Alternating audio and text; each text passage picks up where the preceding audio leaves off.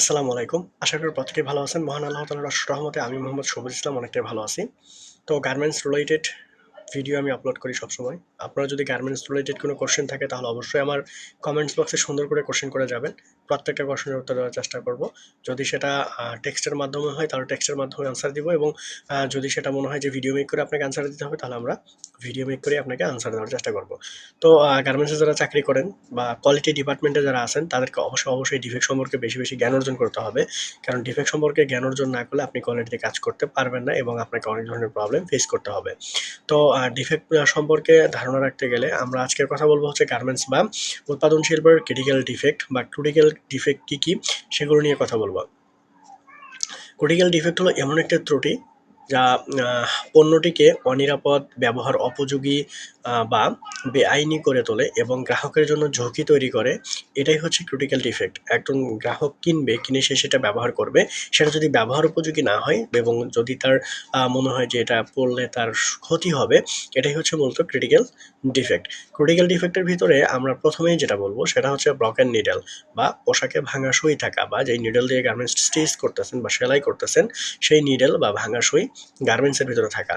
সেটা যদি থাকে তাহলে সেই গ্রাহক যদি গার্মেন্টসটা পরে বা এই প্রোডাক্টটা যদি সে পরিধান করে তখন তার শরীরে কেটে যাবে এবং এটা শরীরের ভিতরে ঢুকে যাওয়ার সম্ভাবনা 90%। তো যখন এটা শরীরের ভিতরে ঢুকে যাবে অবশ্যই সেই বায়ার বা সেই যে গ্রাহক যেটা কিনছে সে অবশ্যই ক্লেম করবে যে আমি এটা কিনছিলাম এই অবস্থাতে আছে। ঠিক আছে?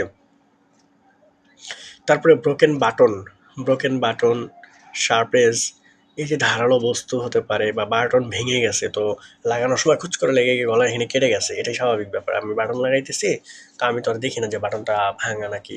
তো লাগানোর সময় দেখা গেছে হঠাৎ করে এখানে কেটে গেছে। তো এই যে ব্রোকেন বাটনগুলো এগুলো কিন্তু খুবই সিরিয়াস, হ্যাঁ? ইনকারেক্ট কেয়ার ইনস্ট্রাকশন বা কেয়ার লেভেল ভুল, কেয়ার লেভেলের যে দিক নির্দেশনা থাকার কথা ছিল কেয়ার লেভেল সেই দিক নির্দেশনা নেই এবং সাইজ যেটা থাকার কথা ছিল সাইজ সেটা নেই। এই যে দিক নির্দেশনাগুলো এগুলো অবশ্যই মূলত ক্রিটিক্যাল ডিফেক্টের আওতা হইল। ঠিক আছে? তারপর হচ্ছে মূলত বিষাক্ত রাসায়নিক উপস্থিতি বা রাসায়নিক পদার্থ এবং অনেক সময় দেখা যায় যে গার্মেন্টসে ফাঙ্গাস জমে গেছে। এই টাইপের যদি কোনো কিছু থাকে তাহলে কাপড়ের ভিতরে ফাঙ্গাস জমে যায় অনেক সময়। ঠিক আছে? এই জিনিসগুলো এভয়েড করতে হবে। ঠিক আছে? আ কান্ট্রি অরিজিন লেভেলের ক্ষেত্রে যেই দেশে এটা শিপমেন্ট হওয়ার কথা সেই কান্ট্রি অরিজিন ঠিক নেই বা আমরা যারা প্রোডাক্ট তৈরি করতেছি আমাদের ঠিকানা ঠিক নেই। এই জিনিসগুলো অবশ্যই ইনশিওর করতে হবে এবং গার্মেন্টস অবশ্যই গুরুত্বপূর্ণ একটা বিষয় যে আপনার অবশ্যই ইনশিওর করতে হবে যেন কাস্টমারের সেফটি নিশ্চিত হয় যে হ্যাঁ, গার্মেন্টসটা পড়লে কাস্টমারের কোনো ক্ষতি হবে না। এটাই হচ্ছে মূলত গার্মেন্টসের সেফটি ইস্যু বলতে পারেন এবং ক্রিটিক্যাল ডিফেক্টগুলো বা ক্রিটিক্যাল ডিফেক্টের আওতাধীন হতে পারে। ঠিক আছে? তো অসংখ্য ধন্যবাদ সম্পূর্ণ ভিডিওটা মনোযোগ করে দেখার জন্য। পরবর্তী কোনো ভিডিওতে আবারও দেখা হবে। সে পর্যন্ত সবাই ভালো থাকবেন এবং সুস্থ থাকবেন।